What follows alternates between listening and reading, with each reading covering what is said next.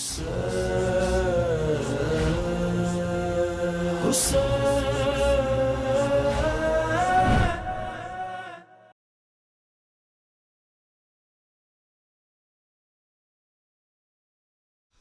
حول ولا قوة إلا بالله العلي العظيم. أعوذ بالله السميع العليم من الشيطان اللعين الرجيم.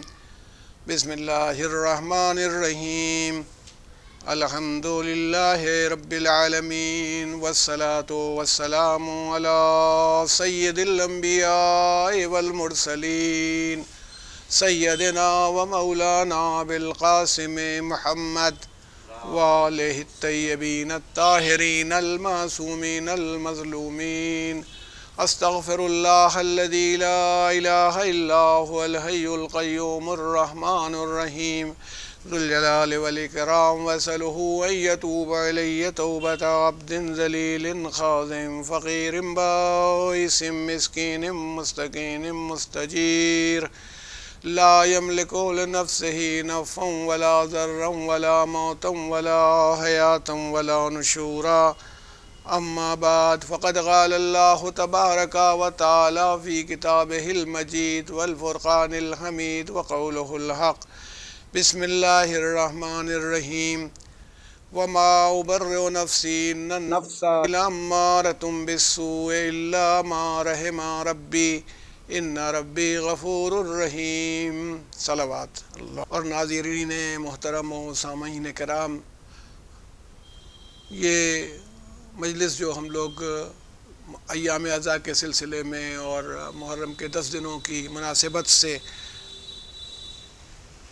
شریک ہو رہے ہیں اور پڑھ رہے ہیں اور سن رہے ہیں، اور مختلف اعضاء کے جتنے رواسم ہیں ان کے اعتبار سے آگے بڑھ رہے ہیں، یہ سب دین کو زندہ رکھنے کے لیے، اپنے اخلاقیات کو سدھارنے کے لیے، اپنی تمام برائیوں کو دور کرنے کے لیے ایک طرح کا موقع ہے. یہ ایک ایسا انسٹیٹیوشن ہے جس سے ہم لوگوں کو وہ موقع ملتا ہے. قرآن مجید میں یہ آیہ کریمہ جو سورہ یوسف کی ہے، جس میں جناب یوسف سے نے فرمایا ہے کہ میں اپنے نفس کو برائی سے الگ نہیں بتاتا ہوں، بری نہیں بتاتا ہوں، کیونکہ نفس کا تو کام ہے کہ برائی کی طرف انسان کو ابھارے. اچھا، یہ ہم سب لوگ دیکھیں کہ ہم لوگوں میں اپنے نفس، ہم یہ کہتے ہیں ہمیں دوسروں کا جائزہ لینے کی ضرورت نہیں ہے، ہم اپنا جائزہ لے لیں، ہمیں معلوم ہو جائے گا کہ جو بات کہی جا رہی ہے صحیح ہے کہ نہیں ہے. کہ نفس کا تو کام ہی ہے کہ وہ برائی کی طرف انسان کو ابھارے، کیونکہ یہی اس کے امتحان کی ایک تھیوری ہے کہ اس میں جسم سے تو اپنے آپ، میں نے آپ سے کہا تھا کہ جسم میں جتنے بھی اعضائے جسم ہیں یہ سب ایک طریقے سے نوکر ہیں، ملازم ہیں. کس کے ملازم ہیں؟ اسی نفس کے ملازم ہیں. جس لائن پر لگا دے گا اس لائن پر لگ جائیں گے. یہی زبان جو ہے ذکر خدا کرتی رہتی ہے، یہی زبان گالی بک سکتی ہے. اسی زبان سے کسی کی مدد کی جا سکتی ہے، اسی زبان سے کسی کو نقصان پہنچایا جا سکتا ہے. اسی ہاتھ پیر سے کسی مظلوم کی حمایت آپ کر سکتے ہیں، انہی ہاتھ پیروں سے ظلم کر سکتے ہیں. یہ تمام چیزیں، یہ تو کارکن لوگ ہیں، ان کا تو کچھ بھی نہیں ہے. جس طرح کی حاکم کے پاس ہیں، جس طرح کے نفس کے پاس ہیں، جس طرح کی سیلف کے پاس ہیں، وہ جیسا چاہے گا وہ کروائے گا. تو مگر یہ اس کے مزاج یہ ہے کہ اللہ تعالیٰ نے اسے دیا ہے نا کہ اس کو اپنی محبت ہوتی ہے. نفس کے پاس اپنی ایک محبت ہے کہ وہ خود اپنی ذات سے محبت کرتا ہے. تو جب وہ اپنی ذات سے محبت کرتا ہے تو پھر کیا چاہتا ہے؟ چاہتا یہ ہے کہ میں رہوں، میں ہی میں ہوں. تو اب اسی میں ساری خرابیاں پیدا ہوتی ہیں. یعنی آپ بہت سے مناظر شادی بیاہ میں، کھانوں وانوں میں دیکھ لیں کہ کیا حال ہوتا ہے کہ کھانا کھاتے وقت آدمی اب کسی کا خیال نہیں کر رہا کیا ہو رہا ہے، دیکھتے وقت کیا چیز دیکھنا چاہیے کیا نہیں دیکھنا چاہیے اس پر کوئی خیال نہیں کر رہا، بولتے وقت کیا بولنا چاہیے کیا نہیں بولنا چاہیے اس کو کوئی فکر نہیں ہوتی، کیونکہ نفس جو ہے اسی نے کنٹرول کر رکھا ہے. یہ زبان جو ہے اسی کے اختیار میں ہے. اب زبان سے وہ جو کہہ رہا ہے، یہ جو کہلوانا چاہتا ہے وہ زبان کہہ دے گی. مگر اب اس میں جو صرف سہارا ہے آپ کے پاس، وہ مضبوط سہارا ہے، وہ اللہ کا رحم ہے، اللہ کی مرسی، اس کی دیا جو کہیں یہ ہے. جس پر اس کے رب کا رحم ہو جائے۔ اچھا، رب جو ایک لفظ ہے، تھوڑی دیر 2-4 منٹ آپ کو اس پر دھیان دلوا دوں۔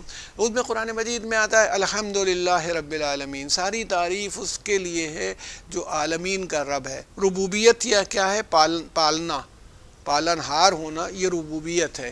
اچھا، اس کا جو بہت ہی میں یوں کہوں کہ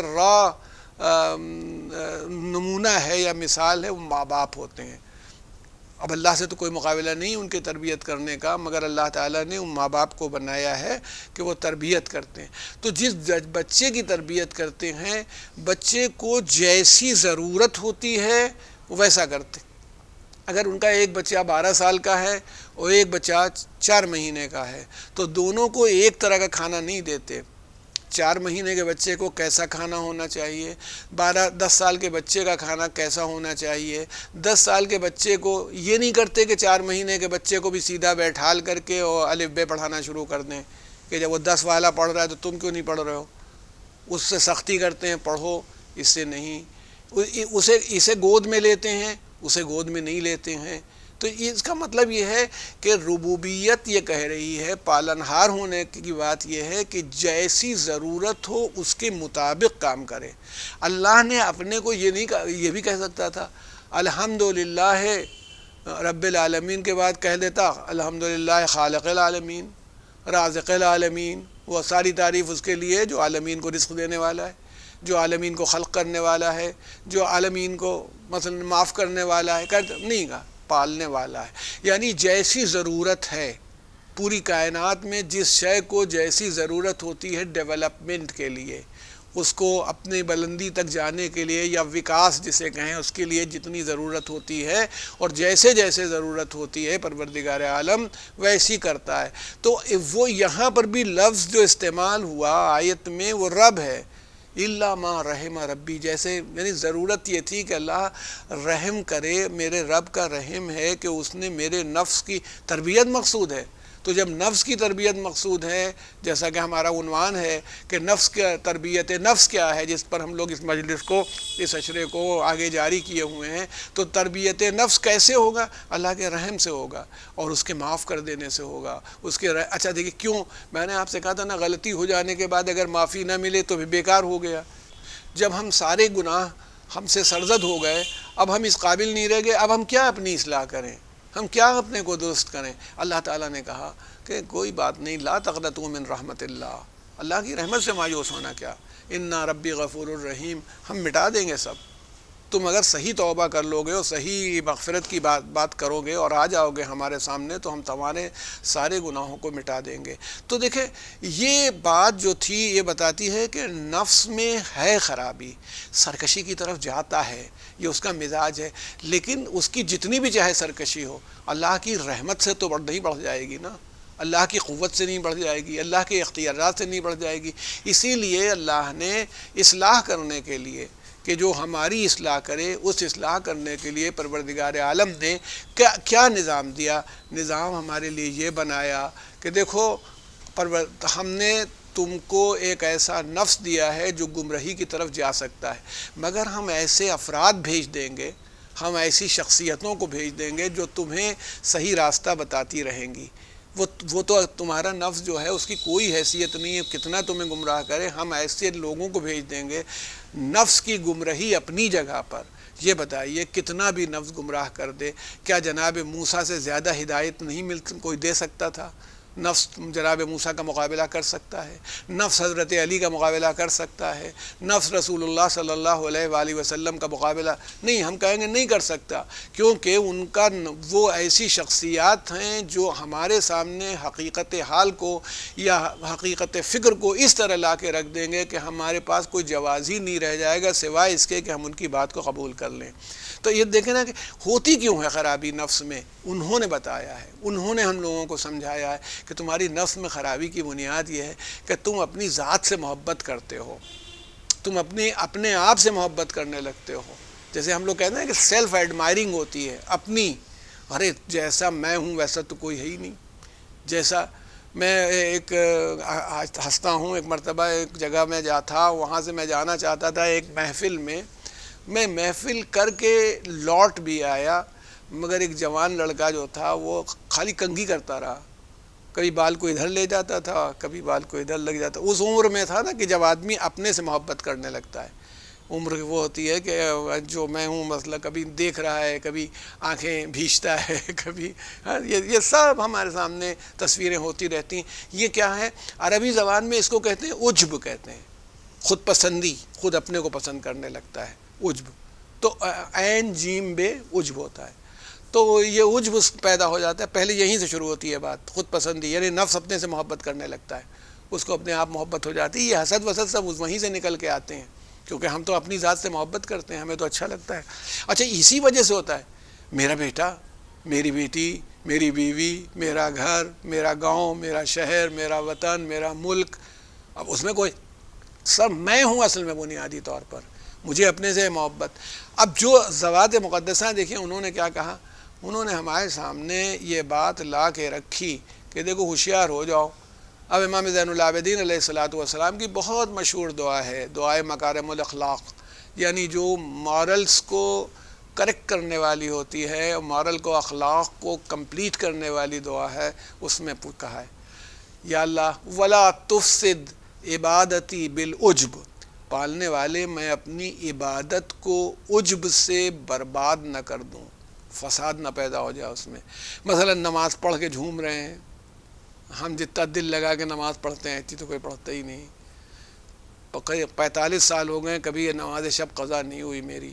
اب وہ شیطان سمجھا رہا ہے سب کہ 45 سال گزر گئے تمہارے. اچھا یہ خالی یہی نہیں، جیسا نوحہ ہم پڑھ دیتے ہیں ویسا تو کیا کوئی خاک پڑھے گا، بڑے بڑے نہیں پڑھ سکتے. جیسا ماتم دستے میں سب ماتم کریں مگر میرے ماتم کرنے کا تو انداز ہی اور ہے. دیکھیے سب عجب ہے پیدا ہو رہا ہے. اور امام کیا فرما رہے ہیں، یا اللہ ولا تفسد عبادتی بالعجب، ایسا نہ ہو کہ میں عجب سے، خود پسندی سے، سیلف ایڈمائرنگ سے، یعنی سطح پرشنسا سے، دلی میں کہتا کسی سے نہیں ہوں، اپنے دل میں رکھے ہوں. اب میں اپنے لیے کہہ رہا ہوں، مان لیجئے آج جیسی مجلس میں نے پڑھ دی، ابھی تو تک تو کوئی پڑھ نہیں پایا، خود ہی خوش ہو رہا ہوں. اچھا کچھ تو ہوتے ہیں محبت میں جنوں کے آثار، اور کچھ لوگ بھی دیوانہ بنا دیتے ہیں. جو لوگ تعریف کرنے والے ہوتے ہیں وہ بھی ویسے سبحان اللہ کیا آپ نے پڑھ دیا، چاہے وہ بعد میں کہہ رہا ہوں وقت برباد کیا انہوں نے، مگر اس وقت کہہ رہے ہیں انہیں اور پکا کر دیا ہمارے عجب کو. امام نے فرمایا دیکھو خود پسندی میں نہیں پڑھو، اگر تم خود پسندی میں پڑھ جاؤ گے، دیکھیں اب پھر اسے کریکٹ کیا، آگے دعا آگے بڑھی، ولا ترفانی فی الناس درجتاً، مجھے انسانوں کے درمیان ایک درجہ بھی اونچا نہیں کرنا تب تک، الا حتتنی عند نفسی مثلہا، جب تک مجھے میرے اپنے نفس کے نزدیک اسی قدر، اسی درجہ گرا نہ دینا. مطلب وہ تو تعریف کرے میری، لیکن میں خود سمجھ رہا ہوں کہ میں کیا ہوں، کیا میری حیثیت. وہ لوگ کہہ رہے ہیں تو جب دنیا میں مجھے بلند کرنا لوگوں کے سامنے، تو ایک درجہ بھی نہیں بلند کرنا، ایک ڈگری بھی اوپر نہیں لے جانا، جب تک اتنی ایک ڈگری مجھے میرے نفس کے نزدیک کہ میں سمجھ جاؤں کہ یہ ہے وہ کچھ نہیں. عند نفسی مثلہا وَعَصِمْنِي مِنَ الْفَخْرِ، مجھے فخر کرنے سے، بوسٹنگ سے، کہ میں جیسے اکڑ ہوتی ہے نا، اس کے بچا لی. دعائے مکارم الاخلاق ہے. اور میں اپنے نوجوان دوستوں سے یہ ضرور کہوں گا، اب نوجوان دوست اس لیے آپ لوگوں کو کہہ دیتا ہوں کہ دوست کہنے سے خود میں بھی تو نوجوان ہو جاتا ہوں کہ سب میرے دوست نوجوان ہیں.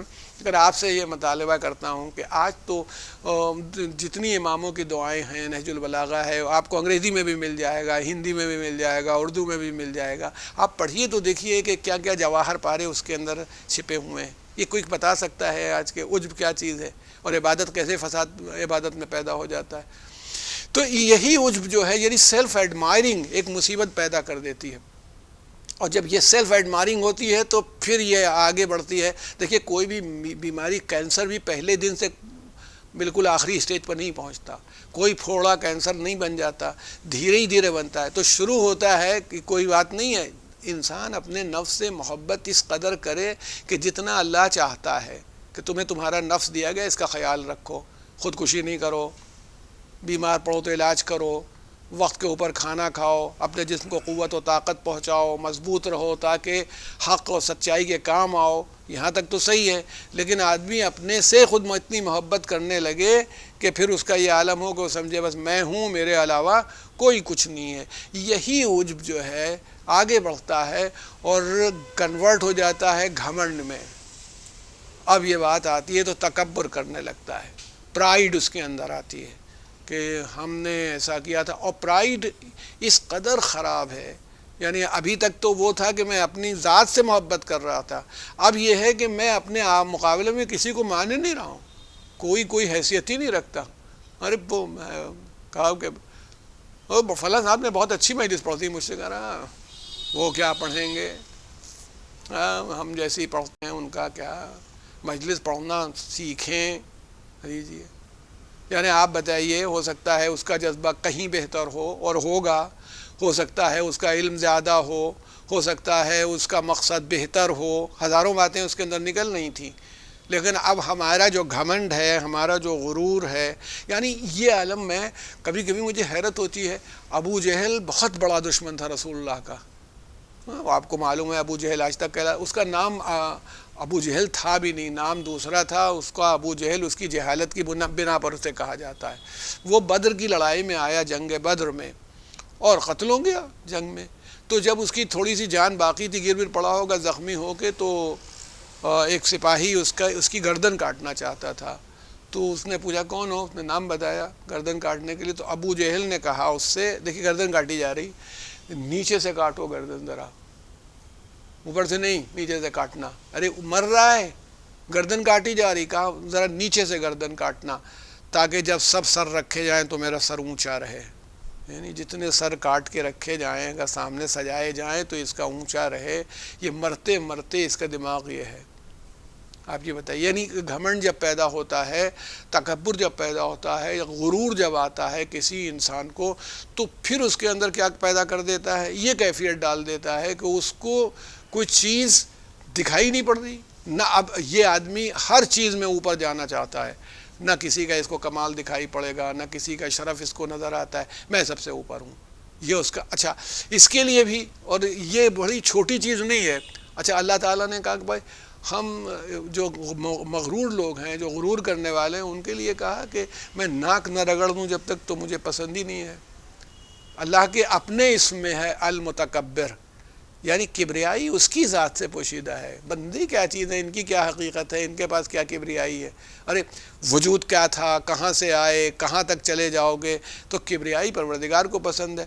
اس کو آپ بتائیے، حضرت محمد مصطفیٰ صلی اللہ علیہ وآلہ وسلم کی ذات بابرکت، ان کی صفت کیا بیان کی جب لے گیا، معراج پر لے گیا، جہاں پر کوئی نہیں جا سکا، پیغمبر کو معراج کروائی، اور کہا جاتا ہے کہ ایک نہیں نہ جانے کتنی مرتبہ، ایک کا تو ذکر ہے، اور 15ویں پارے میں پہلی آیت دیکھیے، سبحان الذی اسریٰ بعبدہ لیلا من المسجد الحرام الی المسجد الاقصی، تو پاک ہے وہ ذات جو اپنے بندے کو لے گئی، عبد کو لے کے گئی، یعنی اس کا مطلب ہے بندگی نے اللہ کے رسول کو معراج پر پہنچایا، یہ ان کا بندہ ہونا۔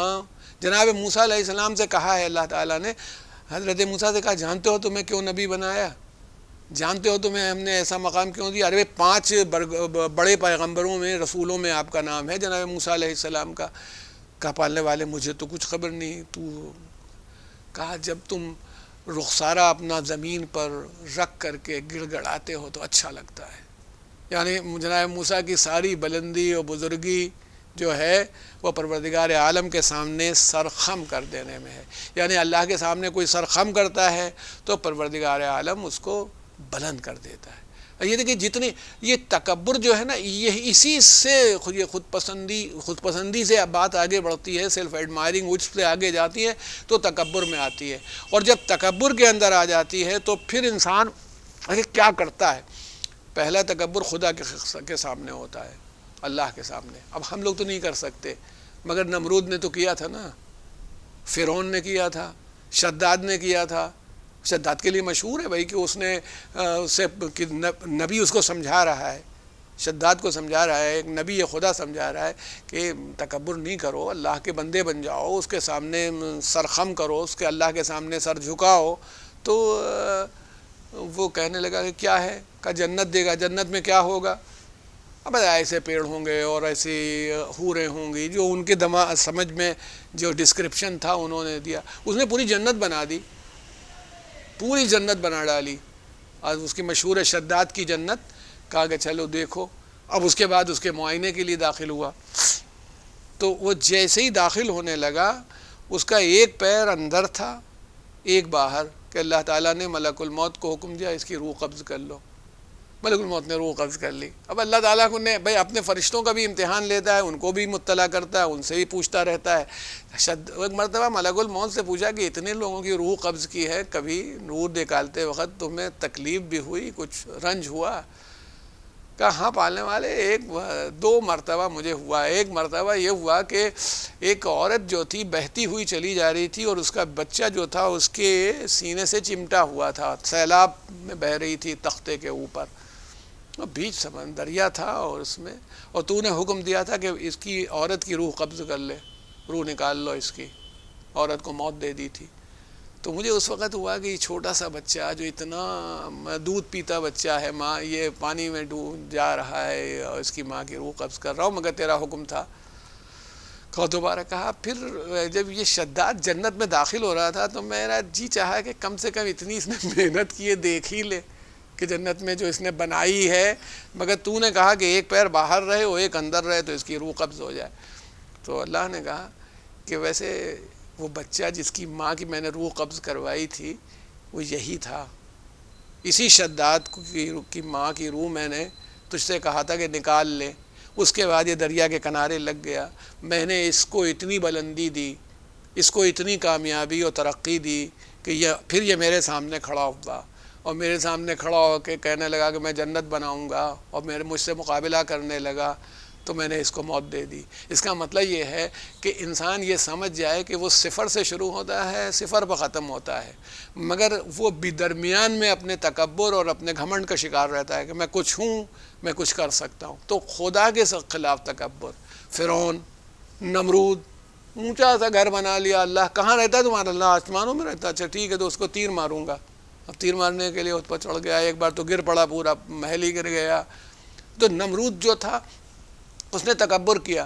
اچھا اللہ کا آپ ماشاءاللہ صاحبان نظر سب لوگ ہیں, جتنے واقعات ہیں ان میں دیکھتے رہیے. اللہ سزا جب دیتا ہے کسی کو تو اوقات دیکھ کے دیتا ہے. کبھی یہ نہیں دیا کہ سزا دینے میں, نمرود کو مارنے کے لیے یہ بھی کر سکتا تھا کہ پورا پہاڑ بھجوا دیتا اور نمرود کے اوپر گر پڑتا. ہمالیہ پہاڑ لا کے فرشتوں نے ڈال دیا نمرود کے سر کے اوپر, نمرود ختم. یہ نہیں کیا اللہ نے. نمرود کو جب سزا دی, وہ مچھروں کا پورا ایک جھنڈ تھا جو آیا, جیسے حملہ آور ہو جاتی ہیں مکھیاں اور مچھر اور ٹڈیاں, آپ نے دیکھا ہے, آیا. اور وہ جب ہوا اس کی ناک سے ایک مچھر اندر گھس گیا اس کے دماغ میں, اور یہ بتایا جاتا ہے کہ وہ 1.5 ٹانگ کا تھا مچھر, یعنی پورے دونوں اس کی جو ٹانگیں ہیں پوری نہیں تھی, ٹوٹی ہوئی تھیں. اور اس کے سر میں گھسنے کے بعد سر میں اس نے کاٹنا شروع کیا. مچھر کی اتنی عمر ہوتی نہیں ہے, مگر اللہ چاہے تو ہوتی ہے. لوگ کبھی کبھی امام کے سلسلے میں کہتے ہیں جناب ان کے نوح 950 سال جناب نوح کیسے زندہ رہے, اور امام میں زمانہ اتنے دنوں تک کیوں زندہ ہے. مچھر 40 سال زندہ رہا نمرود کے سر میں. اور اللہ تعالیٰ یعنی یہ وہ کوئی بھی جو ہم زندہ بیٹھے ہیں, آپ زندہ ہیں, خود سے نہیں زندہ ہیں. اللہ نے زندہ کر رکھا ہے تو زندہ ہیں, جب تک چاہے اللہ زندہ رکھے اور جب چاہے موت دے دے. تو یہ تو کوئی کہہ نہیں سکتا کہ وہ 10,000 سال کی بھی زندگی دے سکتا ہے, 20,000 سال کی زندگی بھی دے سکتا ہے. جناب خضر کی اس پاس زندگی موجود ہے, جناب عیسیٰ 4تھے آسمان پر آج تک زندہ ہیں. تو زندگی جسمانی طور پر بھی ہو سکتی ہے. تو وہ نمرود کے ناک میں گھس گیا, اور جب وہ کاٹتا تھا نمرود کو تو نمرود کے اس سر پر چپت مارنے سے وہ دھمک سے بیٹھ جاتا تھا, تو اس کو کچھ ریلیف ہو جاتی تھی. اب کوئی علاج بھی نہیں کہ کوئی علاج ہو سکے, اس زمانے میں تو دماغ کا آپریشن بھی نہیں ہوتا تھا. اچھا, اور اللہ چاہے تو پھر نہ چاہے تو کوئی آپریشن کامیاب نہیں ہوتا. خیر وہ جناب کاٹتا رہا یہاں تک کہ وہ اب تماچے سے نہیں مانا, تھپڑ سے. تو پھر یہ ہوا کہ کچھ چیز مارو, تو جوتے مارے جانے لگے نمرود کے سر پر. پھر اب اس کا بھی عادی ہو گیا، تو آخر میں کسی نوکر نے ڈنڈے سے اتنے زور سے ڈنڈا پڑا کہ سر پھٹ گیا اور وہ مچھر پھر اڑ گیا. پتہ نہیں آدمی موجود ہے یا کسی نمرود کا انتظار کر رہا ہو، یہ بھی ہو سکتا ہے. تو اللہ تعالیٰ نے جب سزا دی تو نمرود کو کوئی اس طرح کی سزا نہیں دی کہ پہاڑ ہو، یہ کہا تمہاری اوقات اتنی ہے کہ تمہیں 1.5 ڈانگ کے مچھر سے ختم کرواؤں گا اور 40 سال تک کٹوا کے، یہ نا. اچھا اب دیکھیں فرعون کو، اس نے تو خود کہا تھا، جناب جبرائیل نے پوچھا تھا کہ بھائی ہمیں لکھ دیجئے کہ اگر آپ کا غلام وہ کچھ کرے، آپ غلطی کرے اور آپ کی بات نہ مانے تو تم آپ کیا کریں گے؟ اس نے کہا کہ ہم دریا میں ڈبو دیں گے، کہ یہی لکھ دیجئے کہ غلام اگر نافرمانی کرے گا تو میں دریا میں ڈبو دوں گا. تو جب یہ ڈوبنے لگا فرعون چلایا تو کہا یہ پرچہ تو تمہارا ہی لکھا ہوا ہے کہ جب کوئی غلام اپنے مالک سے نافرمانی کرے تو ڈبو دینا چاہیے دریا میں. تم نے اپنے رب سے نافرمانی کی ہے اپنے مالک سے، تو تمہاری تو تجویز کردہ سزا ہے جو تم نے تجویز کی ہے. آپ یہ دیکھیں ابرہہ کا پورا لشکر جو آیا تھا، ہاتھی سے لے کر ہاتھی والے سب لے کے آئے تھے اور گرانے کے لیے آئے تھے کہ پورا مکہ جو ہے گرا دیا، خانہ کعبہ کو گرا دیا جائے. خانہ کعبہ گرانے کے لیے جو ابرہہ کا لشکر آیا ہے، اس لشکر کو پروردگار عالم پہاڑ بھیج دیتا. کیا اس کے پاس فرشتے نہیں تھے کہ پہاڑ گرتے اور سب ختم ہو جاتے؟ مگر نہیں، جب وہ قریب آ گئے تو ابابیلوں نے جن کے پنجوں میں چھوٹی چھوٹی کنکریاں تھیں وہ گرائی ہیں، اور ان کنکریوں کا نتیجہ یہ ہوا کہ وہ سب چبائے ہوئے جیسے جانور بھوسا چبا کے تھوک دیتے ہیں ایسے ہی ہو گئے کہ جسم میں سوراخ ہو گئے تھے سب پورا. تو اس کا مطلب ہے کہ پروردگار عالم جو متکبرین ہوتے ہیں، تکبر کرنے والے ہوتے ہیں، ان کو سزا دینے میں ان کی اوقات کا لحاظ رکھتا ہے کہ کتنی ان کی اوقات ہے، وہ اسی سزا دیتا ہے. ایک تکبر وہ ہوتا ہے، ایک تکبر یا گھمنڈ ہوتا ہے کہ انبیاء کے خلاف ہوتا ہے، اولیاء کے خلاف ہوتا ہے، جو امام ہوتے ہیں ان کے خلاف تکبر ہوتا ہے. یہ ہے، یہ بھی تکبر کی قسم ہے کہ ان کو نہیں مانتا، رسول کی رسالت کا انکار کرتا ہے، امام کی امامت کا انکار کرتا ہے، یہ تکبر ہے. پھر تیسرا تکبر جس کا خطرہ، دیکھیے ہم لوگوں کے لیے اللہ کا لاکھ لاکھ شکر ہے کہ یہ پہلے دو والے خطرے نہیں ہیں. کوئی اس مجمع میں سننے والوں میں ایسا نہیں ہے جو اللہ کے خلاف کھڑا ہوگا، انشاءاللہ ایسا نہیں ہے. کوئی ایسا نہیں ہے جو امام کے خلاف کھڑا ہو، امام کے ساتھی کھڑا ہونے پر اپنا فخر سمجھتا ہے کہ میں امام کی فوج میں رہوں، امام کا غلام رہوں، اس کہنے ہی میں فخر محسوس کرتا ہے. اچھا میں برسبیل تذکرہ آ گئی، بہت سی چیز نئے نئے لفظ نکل آتے سمجھ میں نہیں آتا. ہمارے اماموں کے دیکھیے دعا میں آیا ہے جو امام زین العابدین نے کہا ہے، مولایا مولایا انت المالک وانا المملوک، اے پالنے والے تو مالک ہے اور میں غلام ہوں. تو جب مالک حل یرحم المملوک الا المالک، مملوک پر جو پراپرٹی ہے، میں تیری پراپرٹی ہوں، سوائے اس کے مالک کے کون رحم کرے گا؟ تو یعنی یہ میں عبد ہوں، عبد ہونے کے اوپر ہم لوگ فخر کرتے ہیں کہ ہم آپ کے غلام ہیں. پتہ نہیں کہاں سے آ گیا ہے کہ ہم آپ کے نوکر ہیں اور وہ ہیں. ہر آدمی کو تو ایک شوق ہوتا ہے کوئی نہ کوئی لفظ نکالنے کا، تو یہ ایک لفظ نکل آیا ہے. تو ہمیں غلامی ہے، رسول پر بھی فخر ہے، ہمیں غلامی ہے مولا کائنات پر بھی فخر ہے، ہمیں غلامی ہے معصومین پر فخر ہے. یہ ہمارے لیے یہ ہے، مطلب ہمیں نہیں اچھا لگتا، پتہ نہیں وہ اگر شاید وہ یہ بھی کہا جاتا ہو جناب فاطمہ زہرا سلام اللہ علیہا، کوئی ہمارے ہاں خاتون ہوتی ہے، انتقال ہوتا ہے، وہ عربی میں تو امت الزہرا ہوتا نا، امت اس کو کنیز کو کہتے ہیں. ہمارے یہاں نام ہوتے ہیں کنیز زہرا، کنیز زینب، کنیز کلثوم، اس طرح کے نام ہوتے ہیں. ہم نے آج تک کوئی نام نہیں دیکھا زہرا کی نوکرانی، زینب کی نوکرانی، فلاں، کیونکہ نوکرانیوں کو تو ہم نے یہ دیکھا اور نوکروں کو کہ 2-4 سال رہے پھر نوکری چھوڑ کے خود چلے گئے یا ہم نے ہٹا دیا، مگر کنیزوں اور غلاموں کو جاتے ہوئے نہیں دیکھا. قمر پوری زندگی حضرت علی کے ساتھ رہے اور مرنے کے بعد بھی رہے. تو غلام کی تو شان یہ ہوتی ہے کہ وہ جڑا رہتا ہے. خیر یہ بات برسبیل تذکرہ آ گئی. تو تکبر جو ہے وہ انسان کو کبھی اپنوں کے ساتھ جب ہوتا ہے، برابر والوں کے ساتھ ہمیں تکبر ہوتا ہے، یہ بڑا بھیانک اور خطرناک ہوتا ہے، کیونکہ اس کا ہمیں سامنا پڑتا رہتا ہے کہ اب ہم معاشرے میں کسی کو اپنے برابر سمجھتے نہیں. ہاں ہمیں کھانا کھلائیں گے، اب اس کی حیثیت اچھی ہو گئی، مان لیجئے ہمارے یہاں ملازمت کرتا تھا، نوکری کرتا تھا، اس کی اچھی حیثیت ہو گئی، دبئی میں کام کرنے لگا. ایک دن آیا کہ ہم آئے ہیں چھٹی میں، آپ آئیے ہمارے یہاں کھانے، اب اس کا دماغ دیکھو، ذرا دیکھیے ہم ان کے گھر جائیں کھانا کھانے کے لیے.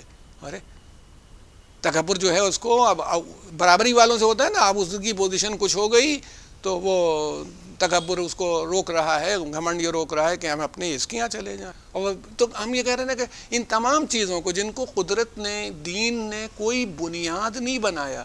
امام علی رضا علیہ الصلوۃ والسلام سے کسی نے کہہ دیا تھا کہ آپ کا کیا کہنا، آپ کے جیسے بزرگ ہیں ایسے کس کو ہوں گے، آپ جس نسل سے ہیں. تو کہا تو آپ نے فرمایا تو نے بات صحیح کہی، بات تم نے صحیح کہی، مگر بتاؤ کہ ہمارے بزرگوں کا شرف کیا اپنے بزرگوں سے تھا یا اپنے اعمال سے تھا؟ مطلب یہ تو ٹھیک ہے کہ رسول اللہ صلی اللہ علیہ وآلہ وسلم جیسی ذات ہماری جد ہے تو ہمیں شرف حاصل ہے پیغمبر کی وجہ سے، لیکن یہ بتاؤ کہ رسول اللہ کے والد تو نبی نہیں تھے، عبداللہ تھے، ان کی ماں جناب آمنہ نبیہ نہیں تھیں، ان کے اوپر چلے جاؤ حضرت انتہائی نے کہ سردار قبیلہ، سب کچھ صحیح.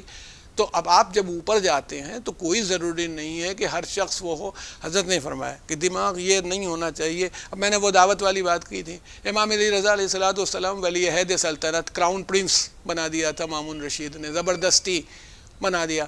اب جب آپ کو کراؤن پرنس بنا دیا اور آپ اس منزل پر تھے کہ آپ کو یہ بھی تھا، عجیب بات تھی کہ چاہتے نہیں تھے مگر زبردستی کہ آپ نہیں آپ کو بننا پڑے گا. وہ ویسا ہی جیسے زہر کا پیالہ پینا پڑا، جیسے زہر میں جو زہریلے انگور تھے وہ کھانے پڑے، ویسی کراؤن پرنس بنا دیا.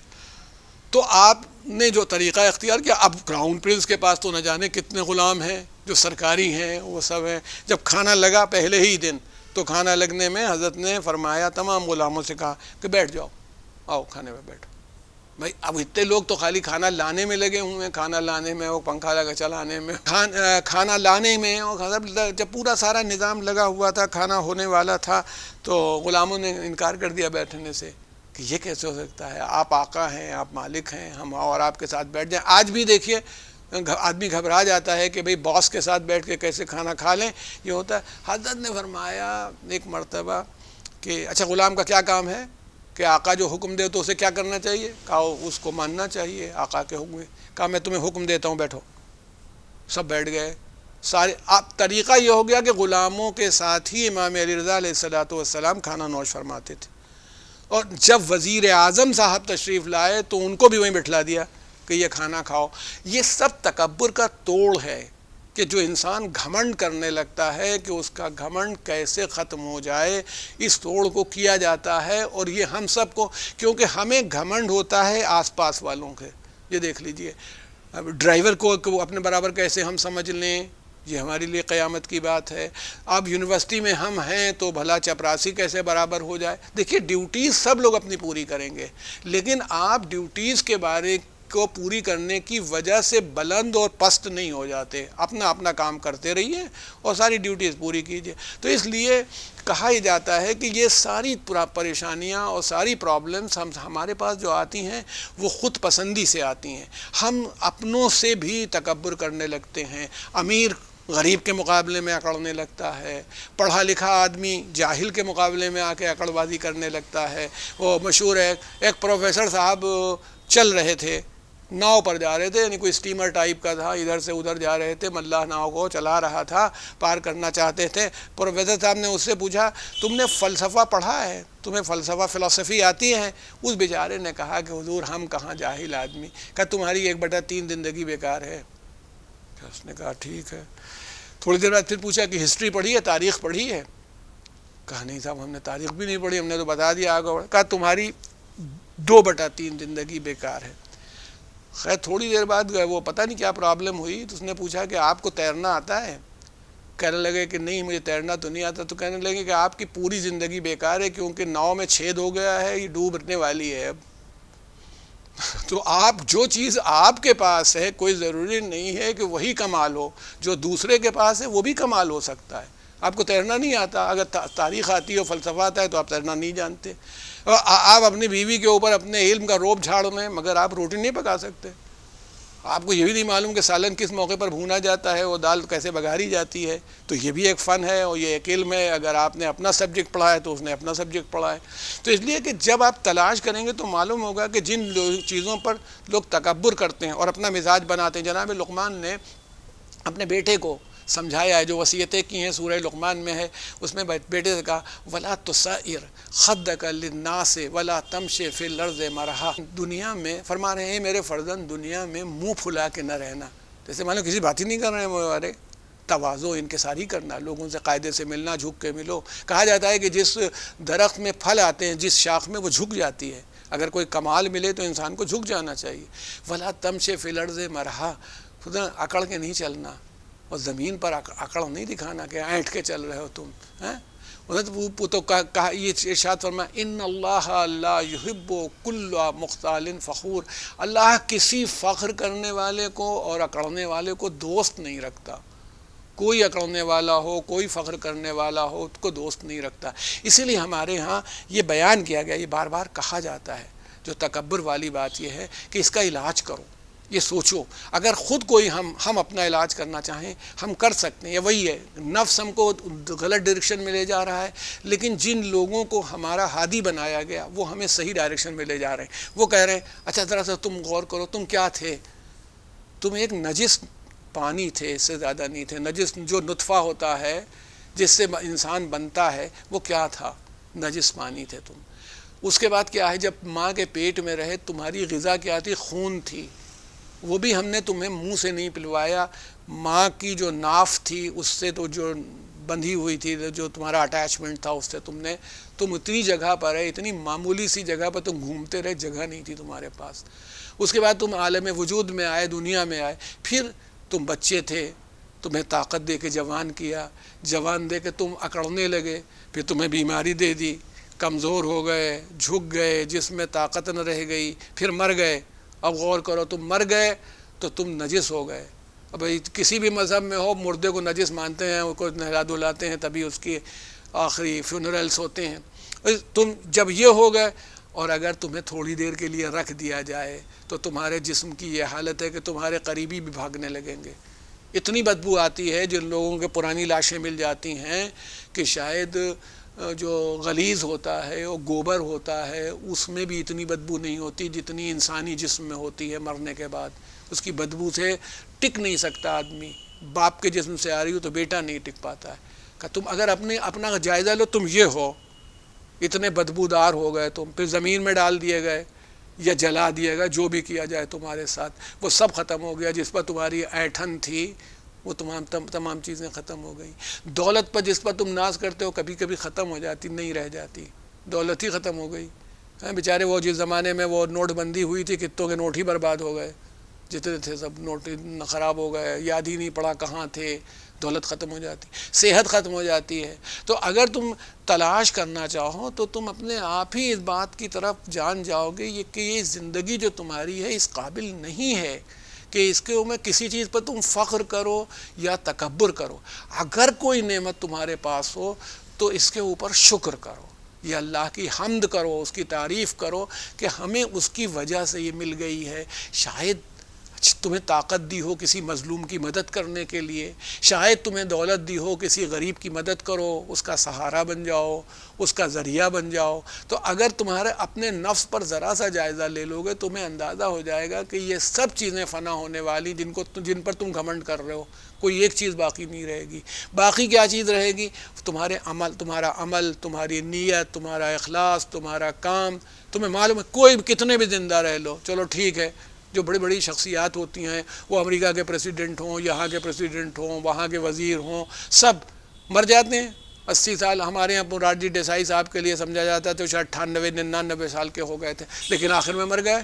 کوئی بھی ہو اس کی زندگی ختم ہو جائے گی. تو اس زندگی پر کیا ناز کرنا، اس طاقت پر کیا ناز کرنا. آج طاقت ہے، کل طاقت نہیں رہے گی. تو میں یہ عرض کرتا چلوں آپ سے کہ اس بات کو ہم سب لوگ یہ سمجھ لیں کہ تکبر یا گھمنڈ شروع ہوتا ہے اسی محبت دنیا سے شروع ہوتا ہے، پھر اپنی ذات سے محبت پیدا ہوتی ہے جو خود پسندی لاتی ہے، پھر جب ذات سے محبت پیدا ہوتی ہے تو یہی محبت بڑھ کر کے آگے جاتی ہے، اب انسان گھمنڈ کرنے لگتا ہے، تکبر کرنے لگتا ہے، اور پھر ظالم بھی ہو جاتا ہے۔ میں آپ سے بتاؤں، حجاج ابن یوسف، ان کا ذکر بھی میں نے کیا تھا، ایسا گورنر تھا کہ حضرت عمر ابن عبدالعزیز جو بنی امیہ کے بہت نیک دل بادشاہ گزرے، وہ کہتے تھے کہ اگر دنیا کے ظالم گورنروں کی کوئی کانفرنس ہو، مردہ زندہ سب اکٹھا کر دیے جائیں، تو ہم بنی امیہ اکیلے حجاج ابن یوسف کو لے کے آئیں گے اور اول انعام پائیں گے۔ اس سے بڑا ظالم گورنر نہیں ہوا۔ اس نے جتنے لوگوں کو جنگوں میں وہ مارا ہے، وہ تو تعداد چھوڑ دیجئے، جن کو اس نے قتل کیا ہے ان کی تعداد 1.5 لاکھ ہے۔ اس کے اپنے قید خانے میں نہ اوپر چھت ہوتی تھی، نہ کوئی انتظام ہوتا تھا، عورتیں اور مرد ایک جگہ بند رہتے تھے، لباس نہیں ملتا تھا، عورتوں کے پاس کپڑے نہیں ہوتے تھے، کپڑے نہیں پہن پاتی تھیں قید خانے میں، جہاں مرد قیدی اور عورت قیدی سب موجود ہیں۔ اس کے بعد یہ ہے کہ ان کو جو روٹی دی جاتی تھی، اس جو کی روٹی، اس میں 1/3 جو ہوتی تھی، 2/3 راکھ ملائی جاتی تھی، یہ روٹی کھلائی جاتی تھی۔ وہ آدمی اتنا ظالم آدمی تھا، کیا چیز اس کو تھی؟ اسے گھمنڈ تھا، اسے غرور تھا، وہ اپنے کو سمجھتا تھا کچھ۔ تو حجاج ابن یوسف کے لیے ملتا ہے ہمیں، اگر آپ غور کریں اس پوائنٹ پر کہ دیکھیں، ایک دن وہ کھانا کھا رہا تھا، بہت سے لوگ بیٹھے ہوئے تھے، جیسے پتہ نہیں کس بات پر کسی آدمی کو جیسے سوج جاتی، کچھ منہ سے نکل جاتا ہے۔ اس آدمی نے کہا اللہ اکبر، تو اس نے کہا، حجاج نے ایک دم سے کہا کہ تم نے اللہ اکبر کہا، دل بات آ گئی، اللہ کی کبریائی یاد آ گئی تو میں نے اللہ اکبر کہہ دیا۔ اب کہہ رہا، کھانا کھاتے ہی کھاتے کہہ رہا ہے، ذرا اس کا دل دیکھو، چیر کے تو دیکھو کیسا ہے، شاید بہت بڑا دل ہے اس کے پاس۔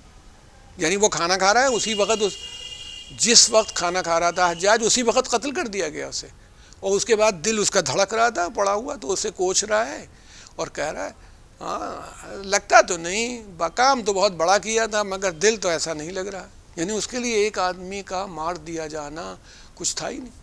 یعنی یہ ایسے گورنر تھے، یہ لوگ جو آپ نے رقص بسمل سنا ہے، اس کی اصطلاح یوں ہے کہ ایک توا چڑھا ہوا ہے، اس کے نیچے آگ جلی ہوئی ہے، آگ بالکل کی وجہ سے توا لال ہے، اور ایک آدمی کی گردن کاٹی گئی اور اس توے پر رکھ دی گئی، ابھی بالکل خون بہ رہا ہے تو وہ یوں ہلتی تھی، یہ ہے رقص بسمل۔ یعنی یہ ظالم لوگ، یہی گھمنڈ آدمی کو ترقی، اسی حجاج ابن یوسف کو اللہ نے سزا دی، اسی دنیا میں سزا دی، وہ آخرت میں تو ہے ہی ہے، کہ وہ لوگوں سے کہتا تھا دعا کرو میں مر جاؤں، اسی حجاج ابن یوسف کو۔ اس کے جسم میں ایسی بیماری ہو گئی تھی کہ اندر سے کاٹتے تھے کیڑے، اور کیسے پہچانے گئے؟ اس کا جو طبیب تھا، ڈاکٹر تھا، فزیشین، اس نے ایک بوٹی گوشت کی لے کے جیسے ڈالی جاتی ہے مچھلی کو پکڑنے کے لیے، ویسے ہی اس نے ایک تھریڈ کے اندر اس کو ڈالی اس کے اندر کہ دیکھیں تو جو سسٹم تھا، اور اس کے بعد اسے کھینچا تو اس میں کیڑے لپٹے ہوئے تھے بوٹی کے اندر۔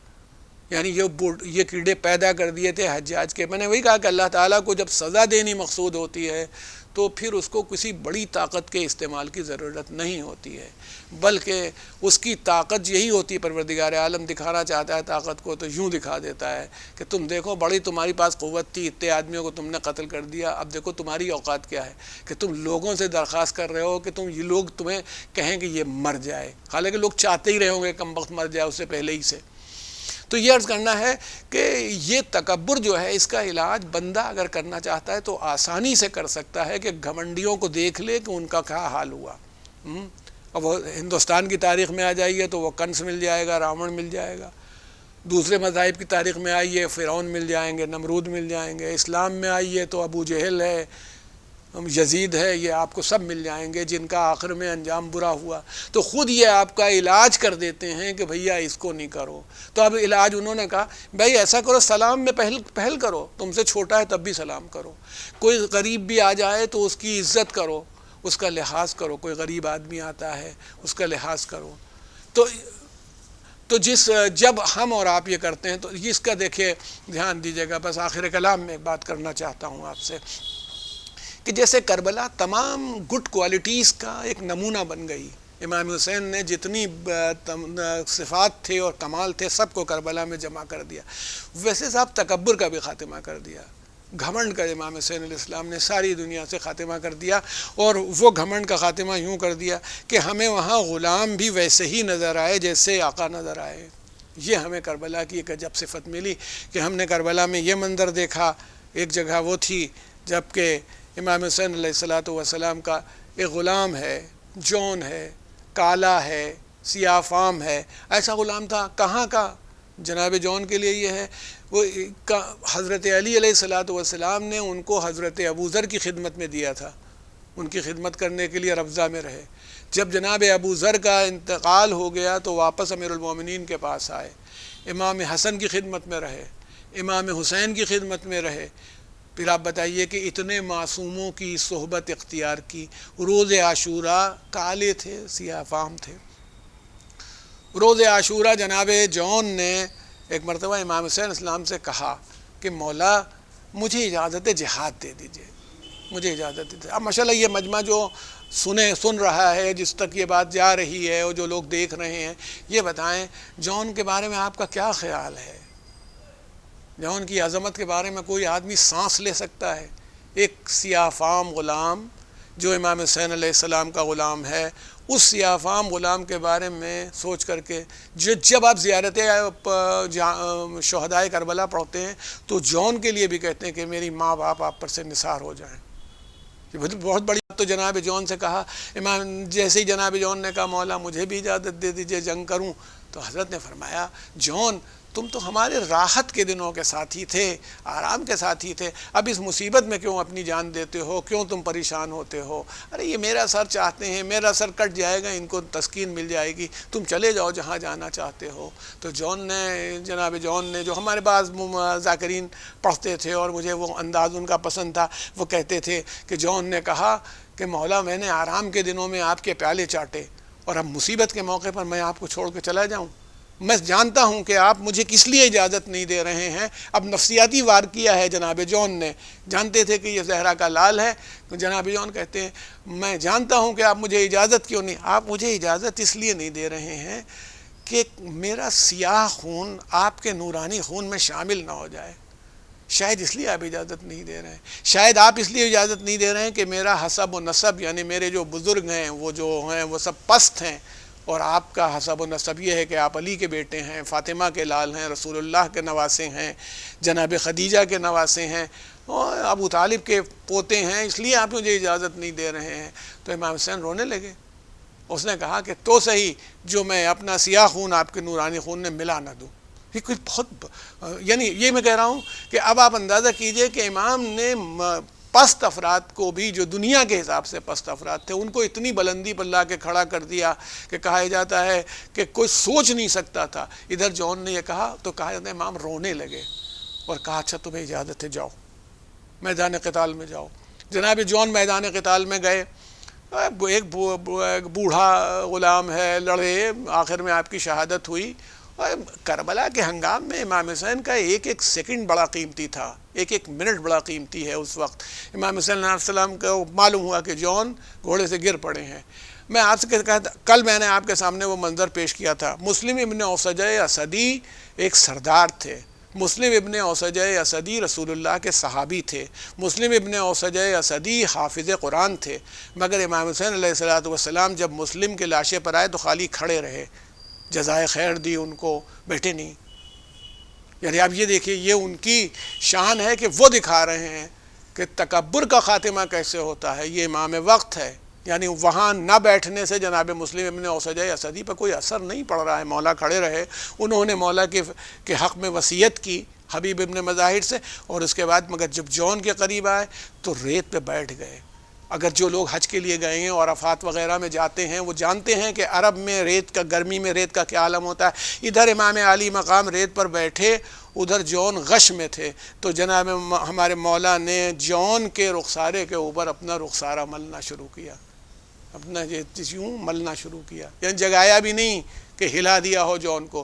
جون نے جب دیکھا رخسارہ ملا، بلکہ کہا یہ جاتا ہے کہ امام کی آنکھوں سے آنسو گرے، جس سے جون کو احساس ہوا، پانی تو کربلا میں نہ تھا، امام کے آنسوؤں سے احساس ہوا، جاگے اور مسکرائے، بول نہیں سکے مسکرائے کمزوری کی وجہ سے نہیں بول سکتے تھے، اور امام سے گویا لوگ کہتے ہیں کہ مسکراہٹ سے پوچھا مولا میں نے اپنا خون، سیاہ خون آپ کے خون میں ملا دیا، آپ کے نورانی خون میں نے اپنا سیاہ خون ملا دیا، گویا یہ سوال کر رہے تھے۔ تو امام کہتے ہیں، بیان کیا گیا جو امام زین العابدین نے دفن شہداء کے موقع پر کہا ہے کہ میرے مولا نے بیٹھ کے، میرے بابا نے بیٹھ کر کے یہ دعا فرمائی تھی اٹھنے سے پہلے، پالنے والے اس کو اپنے رنگ کی سیاہی کا احساس تھا، اس کے جسم کو نورانی کر دے، اس کو اپنی بدبو کا احساس تھا، اس کو خوشبو سے بدل دے۔ تو روایات میں ملا کہ جب امام زین العابدین دفن شہداء کے لیے آئے تو بنی اسد کے وہ افراد جو مددگار تھے دوڑتے ہوئے، مولا بن میں ایک لاشا پڑا ہوا ہے اور چاروں طرف اس کی خوشبو پھیلی ہوئی ہے، اور اس کے چہرے سے جو نور اس رات کی سیاہی میں جا رہا ہے وہ آسمان تک جا رہا ہے۔ امام نے فرمایا وہ کوئی اور نہیں، میرے جون غلام کا لاشا ہے، اور میرا جون غلام کے لیے میرے بابا کی دعا تھی، یہ میرے بابا کی دعا کا اثر ہے کہ جس سے کربلا کا سارا بن مہک رہا ہے۔ سیعلم الذین ظلموا ای منقلب ینقلبون انا للہ و انا الیہ راجعون۔ الہی بحق الزہرا و ابیہا و بالہا و بنیہا، اللہم صلی علی محمد۔